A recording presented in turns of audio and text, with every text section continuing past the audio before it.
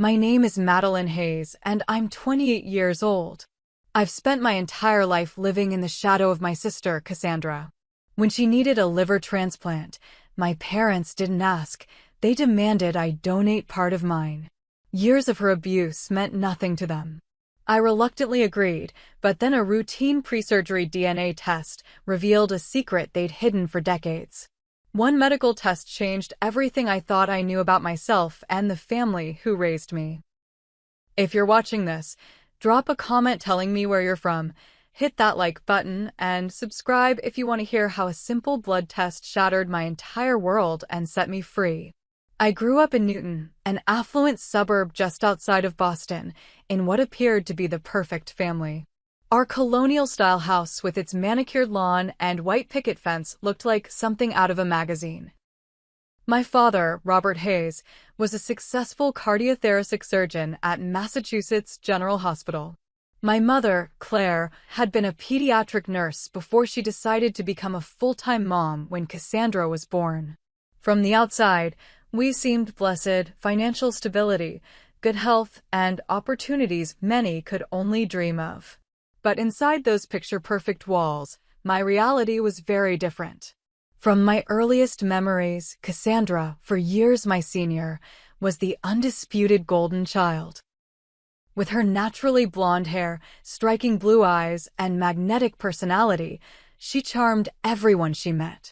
Adults would comment on how beautiful and well-spoken she was, while I stood awkwardly in the background with my mousy brown hair and quiet demeanor. My parents beamed with pride at everything Cassandra did, from her dance recitals to her cheerleading competitions. I quickly learned that in our family hierarchy, Cassandra came first, always. What others didn't see was how Cassandra treated me when no one was watching. When I was 6, she accidentally spilled juice on my art project the night before it was due, forcing me to stay up late redoing it while she watched television.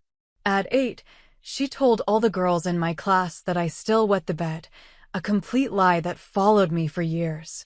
My 11th birthday party became about Cassandra when she fake twisted her ankle during musical chairs, stealing all the attention.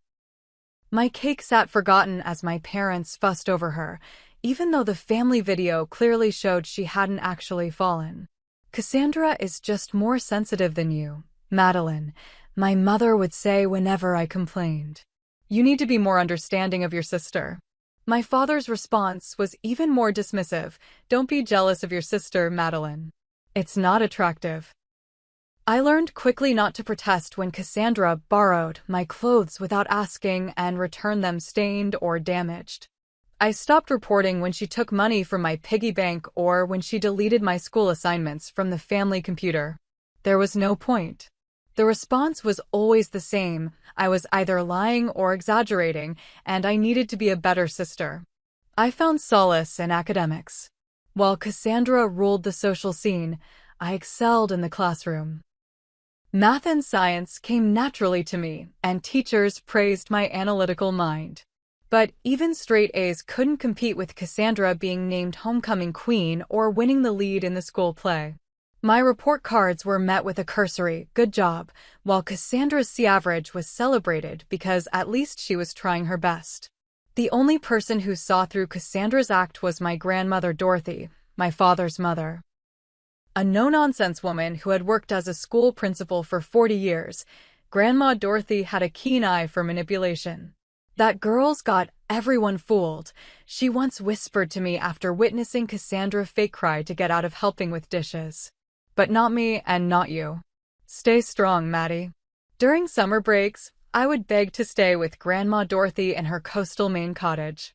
Those weeks were my only taste of normalcy, of being valued just for being myself. She encouraged my interest in computers, buying me my first programming book and letting me use her desktop for hours. When I built my first simple website at 13, she proudly showed it to everyone in her bridge club. "You've got a gift, Madeline," she told me. "Don't let anyone dim your light." But Grandma Dorothy died from a sudden heart attack when I was 16. I lost my only ally, the only adult who had ever really seen me. At her funeral, Cassandra delivered a tearful speech about her special bond, with her grandmother, a complete fabrication that had my father nodding proudly through his tears. I sat silently, clutching the worn copy of Women in Computing that Grandma Dorothy had given me for my birthday that year, knowing that the truth of our relationship would die with her. College became my escape plan. I applied to schools as far from Boston as possible, eventually accepting a scholarship to UCLA's computer science program. The day I received my acceptance letter, my mother looked concerned. "California is so far away, Madeline. Wouldn't you prefer somewhere closer to home? Boston University offered you a spot too." But for once, I stood firm. This is the best program for what I want to do. And the scholarship makes it affordable. My father shrugged. "If that's what you want. Though I don't see why you need to go so far just to learn how to use computers." They drove Cassandra to college at Northeastern with a car full of dorm decorations and new clothes. I flew to Los Angeles alone with 2 suitcases and a laptop. The contrast couldn't have been clearer, but for the first time in my life, I felt free. In California, I flourished. I made real friends who valued me for who I was, not as someone's little sister. I joined the robotics club, interned at tech startups, and discovered I had a talent for software development. I gradually reduced my calls home to brief monthly check-ins, usually speaking only to my mother, who spent most of the time updating me on Cassandra's latest achievements, her marketing job, her expanding social circle, the men she was dating. After graduation, I landed a job at a tech company in San Francisco, building a life completely separate from my family. I had my own apartment, a circle of supportive friends, and a career I loved. For the first time, I felt like Madeline Hayes, not just Cassandra's sister. The 3,000 miles between us was healing in ways therapy never could have been. I thought I had finally escaped the dynamics of my childhood. I was wrong. It was a rainy Tuesday in February when my carefully constructed new life began to crumble. I was in the middle of debugging a particularly challenging piece of code when my phone lit up with my mother's name. I almost sent it to voicemail. Our scheduled monthly call wasn't for another 2 weeks, but something made me answer. "Madeline, it's Cassandra," my mother said, her voice shaking. "She's in the hospital. Her liver is failing." The world seemed to slow down as my mother explained the situation. Cassandra had been admitted to Massachusetts General Hospital after collapsing at work. Tests revealed advanced cirrhosis and signs of acute liver failure. Her condition was critical, and she needed a transplant urgently. "The doctors say she's been damaging her liver for years," my mother continued, her voice breaking. "They're saying it's from alcohol, but that can't be right. Your sister only drinks socially." I bit my tongue. Even from across the country, I knew better. Cassandra's Instagram was filled with party photos, cocktail glasses perpetually in hand. Her college reputation for drinking was legendary, something my parents had always dismissed as just having fun. Now, at 32, her fun had caught up with her. "She's on the transplant list, but the doctor says the wait could be too long," my father interjected, apparently on speakerphone. "We need to explore living donation options." There was a pause. "That's where you come in, Madeline." And there it was, the real reason for the call. Not because they wanted to inform me of my sister's condition or because they thought I'd want to know. They needed something from me. Specifically, a piece of my liver. "We've already scheduled testing to see if you're compatible," my mother added, as if my participation was a foregone conclusion. "We'll book your flight home." I gripped my phone tighter. "Don't I get a say in this?" "She's your sister, Madeline," my father said sharply. "What is there to say? Family helps family. Family helps family." The mantra of my childhood, invoked whenever I was expected to sacrifice for Cassandra. But where was this family obligation when Cassandra locked me in our garden shed during a thunderstorm when I was 9, leaving me there for hours until our neighbor heard my screams? Where was it when she spread rumors about me sleeping with a teacher in high school, nearly getting him fired and making me a social pariah? Where was family when I needed protection from her? "I need to think about this," I said finally. "This is a major surgery we're talking about." There's nothing to think about, my father snapped. She could die, Madeline. Is that what you want? The familiar guilt washed over me. No, I didn't want Cassandra to die. Despite everything, she was still my sister. But the thought of going under the knife, of giving part of my body to someone who had only ever caused me pain. It made me physically ill. I'll call you back, I said, and hung up before they could protest. I immediately called Jaden, my best friend since freshman year of college. A therapist by profession, Jaden had helped me understand the dysfunctional patterns in my family over the years. They can't force you to donate, Jaden reminded me after I explained the situation. Legally and ethically, this has to be your choice. The transplant team will evaluate your psychological readiness too, not just physical compatibility. But how do I say no? They'll never forgive me. Maddie, have they ever truly supported your choices? You need to ask yourself if you're making this decision out of love or obligation and fear. That night, I barely slept, torn between the lifetime of conditioning to put Cassandra's needs first and my hard-won sense of self-preservation. By morning, I had made my decision. I would get tested, but I would make it clear to the medical team that I was feeling pressured. If I wasn't a match, the decision would be out of my hands. And if I was, well, I would cross that bridge when I came to it. I called my parents back. I'll come for the testing, I said. But I'm setting some boundaries. I'll stay in a hotel, not at the house. And I need you both to respect that this is ultimately my decision. My mother began to protest, but my father cut her off. Fine. Whatever you need, Madeline. Just get here as soon as possible. 3 days later, I was on a plane to Boston, leaving behind the life I had built, flying straight back into the dynamics I had spent years escaping.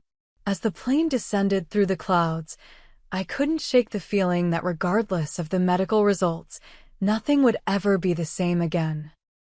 The moment I stepped off the plane at Logan Airport, the weight of being back in Boston settled onto my shoulders like a heavy winter coat. No one came to meet me. My parents were at the hospital with Cassandra, of course. I grabbed my luggage and took an Uber to the Marriott I'd booked downtown, deliberately choosing not to stay in Newton near my childhood home. The next morning, I headed to Massachusetts General for my first appointment with the transplant team. The hospital's imposing brick facade brought back memories of childhood visits to my father's office, where the staff would fawn over Cassandra while barely acknowledging my existence. My mother was waiting in the lobby, her face drawn with worry. She gave me a distracted hug, immediately launching into updates about Cassandra's condition. She had a rough night. Her ammonia levels are rising, and they're worried about hepatic encephalopathy setting in. Your father is with her now. No, how was your flight? Or, it's good to see you. Just straight to Cassandra. The transplant coordinator, a woman named Linda with kind eyes and a no-nonsense demeanor, walked us through what would happen. The evaluation process is thorough, Madeline. We need to ensure you're physically healthy enough to donate and that you're making this decision freely and with full understanding of the risks. My mother interjected, of course she understands. She's a smart girl, and she wants to help her sister.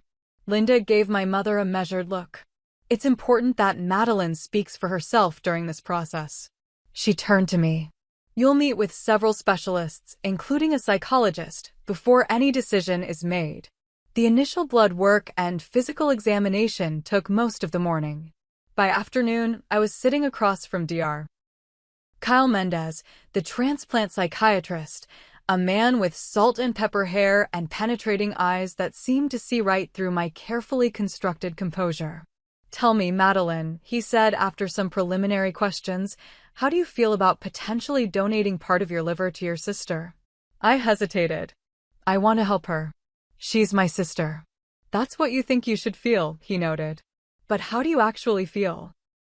Something in his gentle persistence cracked the veneer I'd maintained since arriving. Conflicted, I admitted. Cassandra and we've never been close. Our relationship has been difficult. Difficult how? He prompted. I gave him a sanitized version of our history, mentioning the favoritism and some of Cassandra's milder bullying behaviors. Even this careful account made Dr. Mendez raise his eyebrows. You understand that living donation is completely voluntary, correct? No one can force you to do this. In theory, yes, I said quietly. But family dynamics are complicated. He made a note in his file. I'd like you to consider something, Madeline. Donation isn't just about the surgery. There's a recovery period where you'll need support. Based on what you've shared, I'm concerned about whether your family can provide that support without putting Cassandra's needs above yours. His concern was valid. When I went to visit Cassandra later that day, she was lying in her hospital bed looking surprisingly small and jaundiced, but her first words to me after a year of no contact were, "Took you long enough to get here." My parents hovered anxiously, immediately shushing her. "She's not herself," my mother explained, as if Cassandra's rudeness was a new symptom rather than her baseline behavior toward me. As the days of testing continued, I kept thinking about Dr. Mendez's words. The transplant team explained that I would need weeks of recovery, with someone to help care for me. When I brought this up with my parents, my father waved dismissively. "Your mother will have her hands full with Cassandra's recovery. You've always been independent, Madeline. You'll manage." That evening in my hotel room, I found myself remembering my senior prom. I had been asked by Michael Thornton, one of the few boys brave enough to approach Cassandra's little sister. I'd spent weeks saving for the perfect dress, a midnight blue gown that made me feel beautiful for the first time in my life. The night of prom, Cassandra, home from college for the weekend, had spilled red wine all over the dress as I was getting ready. "Oops, so clumsy of me," she'd said with a smirk that only I could see. My mother had sighed about my carelessness while trying to salvage the stained silk. I ended up wearing one of Cassandra's old dresses, too big and not my style. While she laughed with my parents about how these things always happened to poor Maddie, the memory still stung years later. Was I really considering undergoing major surgery for someone who had deliberately sabotaged one of the few special moments of my adolescence? A week into the testing process, Dr. Singh, the lead transplant surgeon, called me into his office. My parents insisted on accompanying me, despite my protests. "The preliminary results show you're a potential match," he said, reviewing my file. "Your liver function is excellent, and you share your sister's blood type." My father immediately clapped his hands together. "Wonderful news. When can we schedule the surgery?" Dr. Singh held up a hand. "Not so fast, Mr. Hayes. There are still more tests to complete, and most importantly, Madeline needs to confirm her willingness to proceed." All eyes turned to me. My throat felt dry. "I'm still considering it." "What is there to consider?" my father demanded. "Your sister will die without this transplant. Robert," Dr. Singh said firmly, "as I've explained to you before, the decision to donate must be completely voluntary. Pressure from family members is explicitly against protocol." My father's face reddened. "I'm not pressuring her. I'm reminding her of the stakes." That night, alone in my hotel room, my father called. His voice was cold in a way I remembered from childhood disagreements. "I've never asked you for anything, Madeline," he said, which was patently untrue. "But I'm asking now. If you refuse to do this, if you let your sister die because of some petty childhood grudge, you won't be welcome in this family anymore. Is that clear?" After he hung up, I sat in the dark, shaking. The next day, Cassandra asked to speak to me alone. As soon as my parents left the room, tears filled her eyes. "I know I haven't been the best sister," she said, her voice breaking. "But I'm scared, Maddie. I don't want to die. Please help me. I'll change, I promise." In all our years, I had never seen Cassandra cry real tears. But were they genuine now, or was this another manipulation? The familiar doubt crept in. Maybe I was the awful person my parents had always implied I was, selfish and unforgiving. That afternoon, I told the transplant team I was willing to proceed as a donor. The relief on my parents' faces should have felt validating, but instead, it left me feeling hollow. As the final tests were scheduled, I couldn't shake the feeling that I was making a terrible mistake. The week before the scheduled surgery was a blur of final medical preparations. I had taken a leave of absence from work, sublet my apartment, and essentially put my entire life on hold. Every day, I shuttled between the hospital and my hotel, increasingly feeling like nothing more than a walking organ donor for Cassandra. 2 days before the surgery, I was at the hospital for what should have been routine final blood work when Dr. Thompson, a transplant hepatologist I hadn't met before, came into the examination room with a concerned expression. "Miss Hayes, your latest blood work has shown some unusual antibodies that weren't present in your initial testing," she explained, reviewing my chart. "It could be nothing, but we need to rule out any potential complications before proceeding." My mother, who had insisted on accompanying me to every appointment, immediately tensed. "What does that mean? Will this delay the surgery?" "Cassandra doesn't have time for delays." Dr. Thompson addressed me directly, not my mother. "I'd like to run an additional panel of tests, including a more comprehensive genetic workup. It's possible there's an underlying condition we haven't identified that could complicate both the surgery and your recovery." "Is this really necessary?" my father asked, suddenly appearing in the doorway. I hadn't even known he was at the hospital. "Every day we delay puts Cassandra at greater risk." "Yes, it's necessary," Dr. Thompson replied firmly. "We have 2 patients to consider here, not just one." Something about the doctor's insistence on treating me as a patient in my own right, not just as Cassandra's potential donor, gave me courage. "I want the additional testing," I said, meeting my father's glare without flinching. My parents exchanged a look I couldn't quite interpret. "Perhaps we should get a second opinion," my father suggested. "I have colleagues in the transplant field who—" "Dad, stop," I interrupted. "If Dr. Thompson says I need more tests, I'm getting them." My mother's face had gone strangely pale. "Robert, maybe we should just let them do their tests. I'm sure everything will be fine." There was something in her tone, a nervousness that seemed disproportionate to the situation. As a software engineer, I was trained to notice patterns, and something wasn't adding up. Why would my parents object to tests that would ensure my safety? The additional blood draw was completed that afternoon, and genetic samples were rushed for expedited analysis. Dr. Thompson promised results within 24 hours, given the urgency of Cassandra's condition. That evening, my parents insisted I have dinner with them at their home instead of returning to my hotel. The atmosphere was tense, my father checking his phone constantly while my mother seemed on the verge of tears throughout the meal. "Is everything okay?" I finally asked. "You both seem off." "Just worried about your sister," my father replied quickly. "And frustrated by these unnecessary delays." The next morning, I received a call from Dr. Thompson asking me to come to the hospital immediately. When I arrived, she was waiting with Dr. Singh and a woman I didn't recognize who was introduced as Dr. Walker, the hospital's medical ethicist.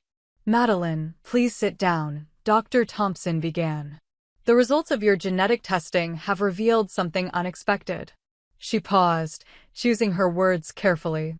"The DNA analysis indicates that you and Cassandra are not biologically related." The room seemed to tilt around me. "What?" "That's impossible. We're sisters." "Not biologically," Dr. Walker clarified gently. "According to these results, you don't share enough genetic markers to be biological siblings.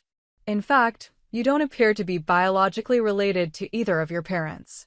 My mind raced, trying to process this information. Could there be a mistake with the tests? "We ran them twice to be certain," Dr. Thompson confirmed. "The results are conclusive. Medically speaking, this means you can't be Cassandra's liver donor. The genetic compatibility we thought existed isn't actually there."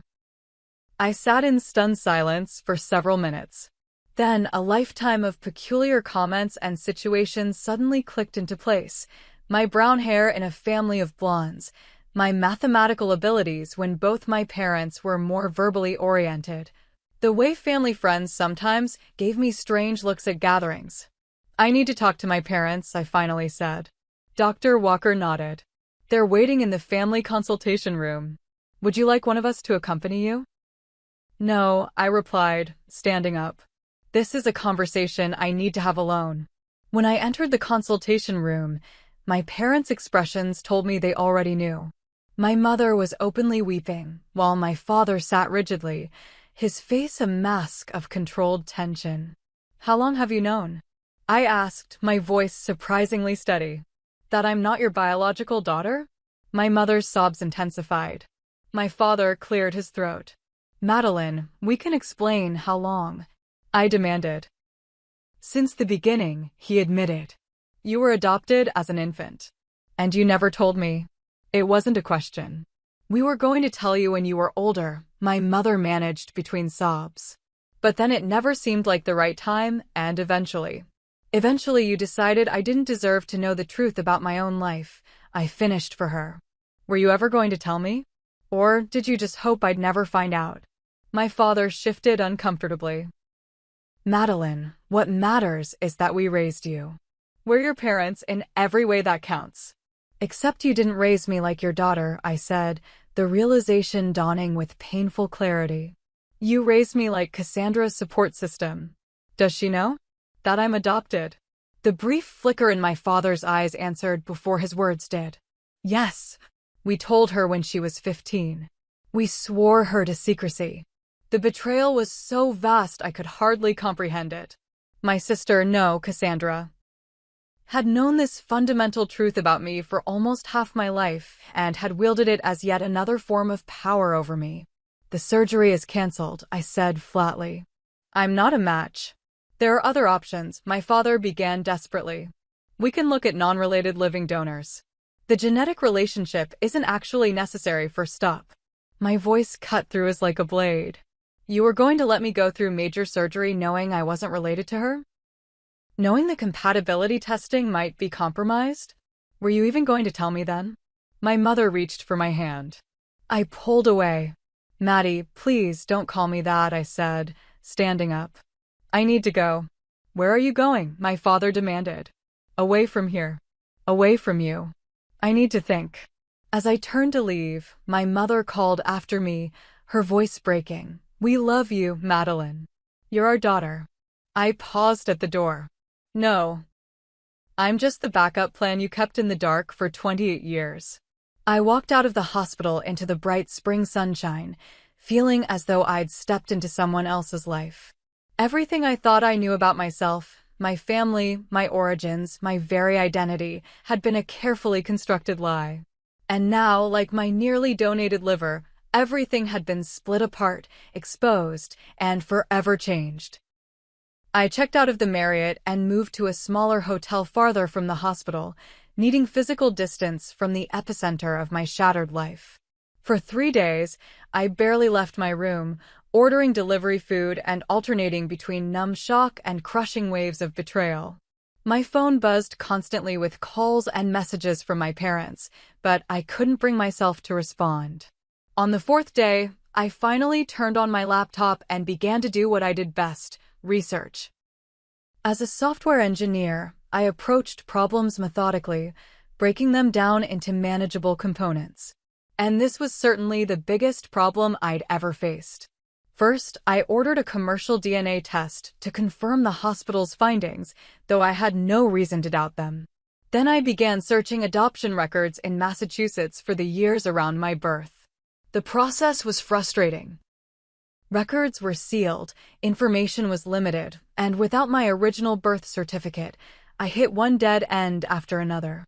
After a week of isolation, I received an unexpected message from Brian Winters, my parents' longtime family lawyer. "Madeline, I understand you've received some difficult news. I may have information that could help. Are you willing to meet?" I agreed to see him at his downtown office, arriving intentionally early to collect myself.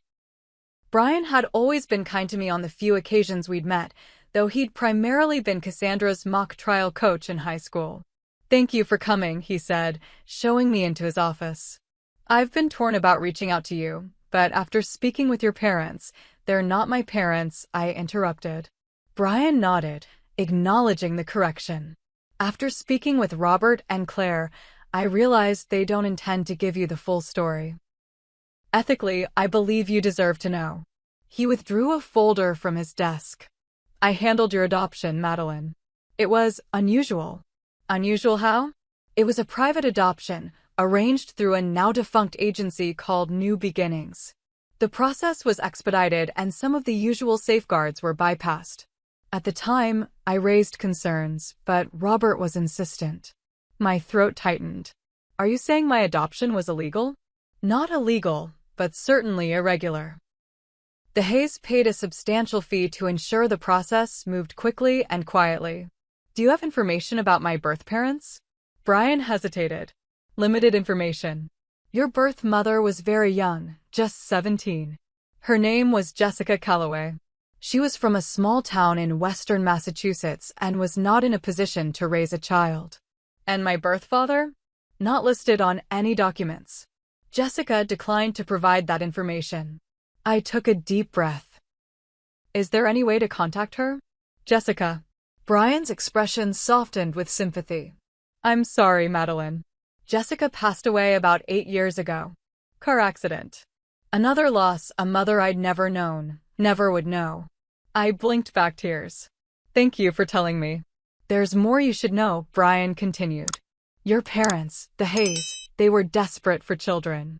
Claire had multiple miscarriages before they adopted Cassandra. And then, they adopted me, I finished. Yes. But what you may not realize is that Cassandra is also adopted from a different birth family. She has no biological connection to Robert and Claire either. This new revelation hit me like a physical blow. Cassandra is adopted too? Yes. When she was told as a teenager, she had a very difficult time accepting it. She was especially angry that there was another adopted child in the family. From what Robert has told me, she made them promise never to tell you, threatening to run away if they did. Suddenly, Cassandra's lifelong resentment, her need to establish dominance, took on a new dimension. She had known we were both adopted, but had conspired with our parents to keep me in the dark. It was a betrayal within a betrayal. Over the next few days, I pieced together more of the story through further meetings with Brian and my own research. My parents had struggled with infertility for years before adopting Cassandra from a birth mother who shared Claire's blonde hair and blue eyes. When they decided to adopt again 3 years later, they specifically sought a child who didn't physically resemble their family, me, to ensure Cassandra would always be seen as the one who belonged. The most stunning revelation came when I gained access to emails between my parents and the transplant team. Despite knowing I wasn't biologically related to Cassandra, they had encouraged the testing process, hoping the doctors wouldn't discover the lack of genetic relationship. They had been willing to risk my health by obscuring crucial medical information. When my father called yet again, I finally answered. Why, Dad? Why were you willing to let me go through with the surgery when you knew I wasn't a match? The doctors said biological relationship wasn't necessary, he argued. And Cassandra needs a liver. We were desperate. So desperate you were willing to endanger me? To lie to the medical team? We didn't lie. We just didn't volunteer information they didn't specifically ask for. His justification made me physically ill. Did you ever actually see me as your daughter? Or was I just a backup system for Cassandra all along? His silence spoke volumes. 2 weeks after the DNA test revelation, I finally agreed to meet with all 3 of them. Robert, Claire, and Cassandra at their home. It was time for a final reckoning. Cassandra looked terrible, her skin yellow, her once vibrant presence diminished by her failing liver. But when our eyes met, I saw not gratitude that I'd come back, but resentment that I had discovered the truth. We need to talk about why you kept this from me, I began, once we were all seated in the living room. All of you. We thought it was for the best, Claire started. We didn't want you to feel different but I did feel different, I interrupted. My entire life, I felt like I didn't belong in this family. And now I know why. You never fully accepted me as your daughter. That's not true, Robert protested. We love you. You have a strange way of showing it, I replied. You consistently favored Cassandra, dismissed my achievements, and ignored her mistreatment of me. And now I find out you were willing to risk my health by hiding critical medical information. Cassandra spoke up, her voice weak but her words sharp as ever. Don't act so victimized, Madeline. We all have our crosses to bear. At least you didn't have to grow up knowing you were unwanted by your real mother. Cassandra, Claire exclaimed. No, let her talk, I said. This is the most honest she's ever been with me. Cassandra's eyes narrowed. You were always so perfect, so smart. Mom and Dad might have given me more attention, but they were always prouder of you. They're brilliant, responsible Madeline who never made mistakes, who they could always count on. Do you know how hard it is to compete with Saint Madeline? Her perception was so wildly different from my reality that I almost laughed. Is that really how you see it? Cassandra, you've been bullying me since we were children. You deliberately sabotaged me at every turn. And when you found out I was adopted too, instead of creating a bond over our shared experience, you made sure I would never know. Because then you'd be just like me, she admitted, tears forming. And you couldn't be like me. You had to be different, less than. It was the only way I could stand it. The raw honesty stunned me into silence. For the first time, I saw Cassandra not as my tormentor, but as a deeply insecure person who had been trying to protect her fragile sense of belonging by ensuring I never fully belonged. After that explosive meeting, I returned to my hotel and made a decision. I would search for my biological family. I needed to know where I came from, even if the journey was painful. Using the information Brian had provided and online DNA databases, I uploaded my genetic profile and waited for matches. Within days, I received a notification of a likely second cousin. Her name was Sophia Martinez, and she lived in Connecticut, just a few hours away. After several cautious email exchanges, Sophia confirmed that her mother had a cousin named Jessica Calloway who had gotten pregnant as a teenager and given a baby up for adoption. The timing and location matched my birth. Jessica always regretted giving you up, Sophia told me when we spoke by phone. But she was so young, and her parents gave her no choice. She named you Grace before the adoption. Grace. I had a name before I was Madeline. A name my birth mother had chosen for me. Sophia told me that while Jessica had passed away, I had biological half-siblings. Jessica had married in her 20s and had 2 children, my half-brother Nathan and half-sister Lily. They lived in Rhode Island and had grown up knowing they had an older half-sibling somewhere in the world. 2 weeks later, I sat in a cafe in Providence, my heart pounding as I waited to meet my biological siblings. When they walked in, I knew them immediately. Nathan had my same brown eyes and analytical expression. Lily had Jessica's heart-shaped face from the photos Sophia had shared. Grace, Nathan said tentatively, then corrected himself. Sorry, Madeline. Either is fine, I said, standing to greet them. I'm still figuring out who I am. As we talked for hours, I learned about Jessica. Her love of mathematics, like me, her struggle with having given up her firstborn, her eventual happiness with a man who had loved her completely. I saw family photos where people looked like me, heard stories of relatives who shared my aptitudes and interests. She wanted to find you, Lily told me, squeezing my hand. After we turned 18, she hired a private investigator, but the adoption records were sealed too tightly. She never stopped wondering about you. For the first time since the DNA test had shattered my world, I felt a sense of belonging. I hadn't lost a family. I had found one I never knew existed. Meanwhile, through Brian, I learned that Cassandra had been moved up the transplant list due to her deteriorating condition. A deceased donor liver had become available, and she had undergone successful transplant surgery. She would live without my liver, without my sacrifice. My parents continued to call and text, begging for reconciliation, but I maintained my distance, needing time to process everything. I wasn't ready to forgive, and I wasn't sure I ever would be.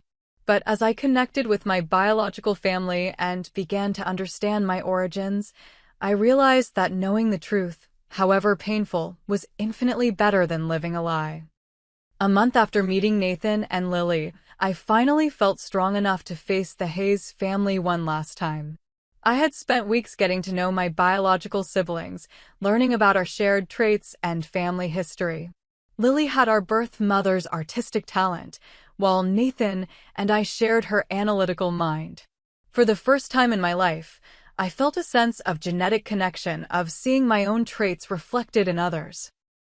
I arranged to meet Robert, Claire, and Cassandra at their home on a Sunday afternoon. Cassandra was recovering well from her transplant, though she looked thin and moved carefully when she came into the living room. "Thank you for coming," Claire said, her voice tentative. "We've missed you." "I needed time," I replied, taking a seat across from them rather than in the middle of the family sectional. The physical distance was deliberate, a boundary I was finally strong enough to establish. "How have you been?" Robert asked awkwardly. "I've been discovering who I am," I said. "I've met my biological siblings. They're wonderful people." Claire flinched. "So you've replaced us already?" "This isn't about replacement," I explained calmly. "It's about understanding my complete identity, something you denied me for 28 years. We thought we were protecting you," Robert insisted. "No," I countered, meeting his gaze directly. "You were protecting yourselves and Cassandra. Every decision you made was to maintain the family dynamic you wanted, one where Cassandra was the primary focus and I was the reliable support system." "That's not fair," Claire protested. "Isn't it? You were willing to let me donate part of my liver without disclosing critical medical information. You prioritized Cassandra's need for an organ over my right to make an informed decision about my own body." Cassandra, who had been uncharacteristically quiet, finally spoke. "For what it's worth, I didn't know they were hiding our adoption status from the medical team. That was wrong." I looked at her, surprised by this small acknowledgement. "Thank you for saying that." "I'm not saying I've been a good sister," she continued, her voice lacking its usual defensive edge. "I haven't. But nearly dying gives you perspective. I've had a lot of time to think about why I treated you the way I did." "And what did you conclude?" I asked. "That I was terrified of being replaced," she admitted. "When I found out I was adopted, it shattered something in me. I felt like I had to fight to secure my place in this family. And then there was you, smarter, more capable, more deserving. I thought if you knew you were adopted too, you'd somehow become the real daughter in a way I couldn't be." Her honesty was disarming. For the first time, I saw Cassandra not as the golden child who had everything, but as someone as insecure and lost as I had been. "That doesn't excuse how you treated me," I said. "Or how you both enabled it," I added, looking at Robert and Claire. "No, it doesn't," Cassandra agreed. "I can't undo the past. But nearly losing my life has made me realize I don't want to be that person anymore." I nodded, acknowledging her words without offering immediate forgiveness. Then I turned to my parents. "I need you both to understand something. What you did keeping my adoption secret, allowing Cassandra's behavior, and then trying to manipulate me into a medical procedure without full disclosure, was a profound betrayal. I'm not here to mend fences or pretend it didn't happen." "Then why are you here?" Robert asked. I took a deep breath. "To tell you that I'm taking control of my narrative now. I've hired a lawyer to help me access my complete adoption records. I'm also filing a formal complaint against the adoption agency that handled my case, even though they're defunct. There were ethical breaches that need to be documented." Claire began to cry. "Are you trying to punish us?" "No. I'm trying to claim my history and my autonomy. Something I should have had all along." Before leaving, I established clear boundaries. I would maintain limited contact, but only on my terms. Any future relationship would need to be built on complete honesty and respect for my autonomy. Family therapy would be a requirement if they wanted to maintain any connection with me. As I drove away from the house that had never truly been my home, I felt lighter than I had in years. The truth had not been gentle or kind, but it had set me free. Over the next few months, I built a new life. I extended my leave of absence from work, renting a small apartment in Providence to be closer to Nathan and Lily. Together, we visited our birth mother's grave, where I finally allowed myself to grieve for the woman who had named me Grace and had tried to find me later in life. Through the DNA database, I connected with more biological relatives, cousins, and aunt, even my maternal grandmother who had regretted forcing Jessica to give me up. Each new connection helped fill in another piece of my identity puzzle. Working with my lawyer, I obtained my original birth certificate and the limited records from my adoption. The documents confirmed what Brian had told me: corners had been cut, processes expedited. While not technically illegal, the adoption had skirted ethical boundaries in ways that explained the secrecy that had surrounded it. 3 months after the confrontation, I received a text from an unknown number. "It's Cassandra. I'm starting therapy. For real this time. Not because Mom and Dad want me to, but because I need to understand why I became the person I did. I don't expect forgiveness, but I wanted you to know." I didn't respond immediately, letting the message sit while I processed my feelings. A week later, I simply replied, "Thank you for telling me. I wish you well in your journey." It wasn't forgiveness, but it was acknowledgement. A small opening that might, with time and work on both sides, lead to something resembling a healthier relationship. With my biological family's support, I decided to legally add Grace as my middle name, honoring my birth mother's choice while keeping Madeline, the name I'd grown up with. It was a symbolic integration of my dual identities. In October, 6 months after the DNA test that had changed everything, I met Tyler Chin at a coding workshop in Boston. A software architect with kind eyes and an easy laugh, he asked thoughtful questions when I cautiously shared parts of my story. Unlike others who responded with pity or discomfort, Tyler simply said, "That must have been incredibly difficult, but it also shows how strong you are." As our relationship developed, I introduced him to Nathan and Lily, who welcomed him warmly. With Tyler, I felt no pressure to be perfect or to diminish myself. He celebrated my successes and supported me through the continuing emotional aftershocks of my family revelation. By Christmas, I had established a new tradition: dinner with Nathan, Lily, and their families, followed by dessert with Tyler's parents who lived nearby. The Hayes family sent cards and gifts, which I acknowledged with polite thank you notes. The distance remained necessary, though Cassandra and I had begun exchanging occasional texts, superficial but civil. As the new year approached, I realized that while the DNA test had shattered the foundation of my life, it had also cleared the ground for something new and authentic to be built, a life based on truth, however complicated, rather than carefully constructed lies. Spring in San Francisco brought cherry blossoms and a sense of renewal as I settled back into my apartment after a year of upheaval. I had returned to my job with a new perspective, negotiating a hybrid arrangement that allowed me to work remotely for 2 weeks each month so I could spend time in Providence with my biological family. The past 12 months had been a journey of reconstruction, of taking the fragments of my shattered identity and arranging them into something new and authentic. Weekly therapy sessions with Dr. Rivera had given me tools to process the complex emotions of betrayal, grief, and eventual acceptance. Healing isn't linear, she reminded me during a particularly difficult session. Some days you'll feel anger rising again, and that's normal. The goal isn't to erase the past, but to integrate it into your understanding of yourself. Those words had become my mantra as I navigated my new reality. 6 months after her successful liver transplant, Cassandra had reached out to suggest meeting one-on-one. We met at a neutral location, a cafe halfway between Boston and Providence.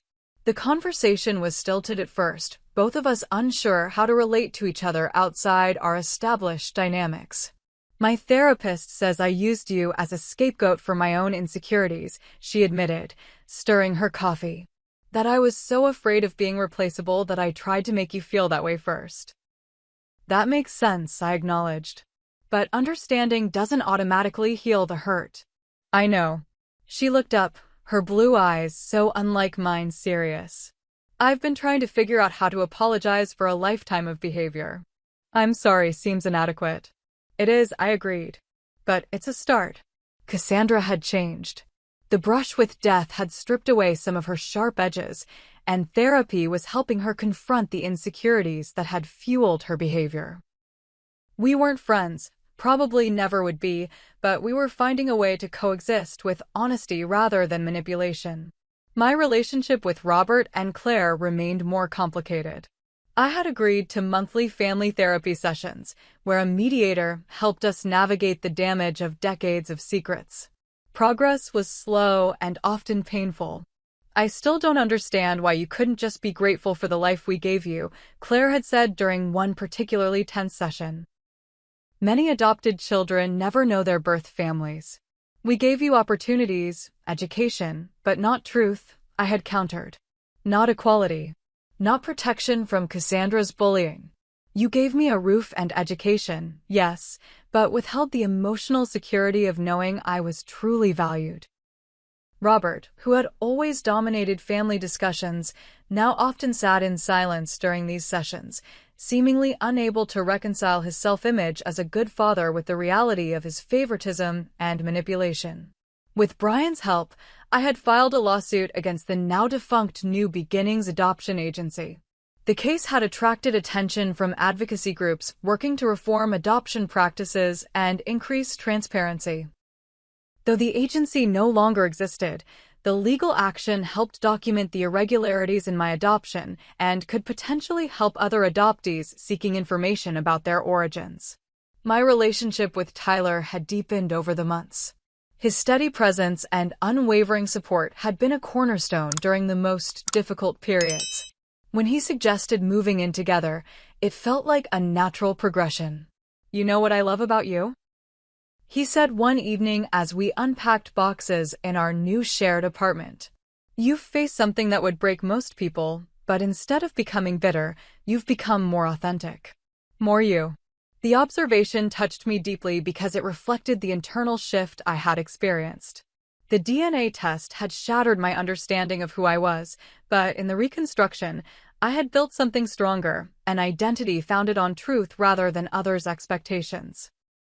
Nathan and Lily had become integral parts of my life, our bond growing stronger with each visit. We discovered shared mannerisms, similar laughs, and the same allergic reaction to strawberries, biological connections that resonated on a level I had never experienced before. "Mom would have loved you," Lily told me as we sorted through a box of Jessica's belongings that her husband had preserved. "She used to light a candle every year on your birthday. She called it her Grace Day." The image of my birth mother marking my existence, even in absence, brought tears to my eyes. "I wish I could have known her." "You do, in a way," Nathan pointed out. "You have her analytical mind, her laugh, even the way you furrow your brow when you're concentrating. Parts of her live in you." On the anniversary of the DNA test that had changed everything, I sat alone on my balcony, reflecting on the journey of the past year. The revelation had been devastating, but it had also been liberating. For the first time in my life, I understood why I had always felt like an outsider in the Hayes family and had found places where I truly belonged. My phone buzzed with a text from Cassandra. "Thinking of you today. I know it's been a year since everything changed. I'm grateful you're still in my life, even in this new and different way." Her acknowledgement of the date surprised me. A year ago, she would never have considered how an event might have affected me. Perhaps people could change, given the right motivation and support. I had learned that family was both more and less than I had thought. More, because it extended beyond blood or legal ties to encompass chosen connections and shared experiences. Less, because sharing DNA or a last name didn't automatically create the bonds of love and respect that constituted true family. Most importantly, I had learned that my worth was inherent, not determined by my usefulness to others or my willingness to sacrifice myself for their needs. The attempted liver donation that never happened had ironically given me something far more valuable than any organ. It had given me myself. As the sun set over San Francisco Bay, I thought about how differently things might have turned out. Had the DNA test not revealed the truth, I would have undergone major surgery for someone who had caused me pain, perpetuating a lifetime of one-sided sacrifice. Instead, I had been set free to discover my true origins and to build relationships based on mutual respect rather than obligation. The journey wasn't over. I still had questions about my birth father, whose identity remained unknown. My relationship with the Hayes family continued to evolve, sometimes progressing, sometimes regressing. But for the first time, I was the author of my own story, not merely a character in someone else's. If you're watching this and have ever felt like you don't belong, or that your worth is measured only by what you can do for others, I hope my story gives you courage. The truth, even when painful, offers freedom that lies never can. Your identity belongs to you, not to those who would reshape it for their convenience. Have you ever discovered a family secret that changed how you saw yourself or your relationships? Share your experience in the comments below. If my story resonated with you, please like this video and subscribe to my channel where I'll be sharing more about identity, family dynamics, and the journey toward authentic living. Thank you for listening to my story, and remember, your worth isn't determined by your usefulness to others, but by the simple fact of your existence. Be true to yourself, and the right people will value you exactly as you are.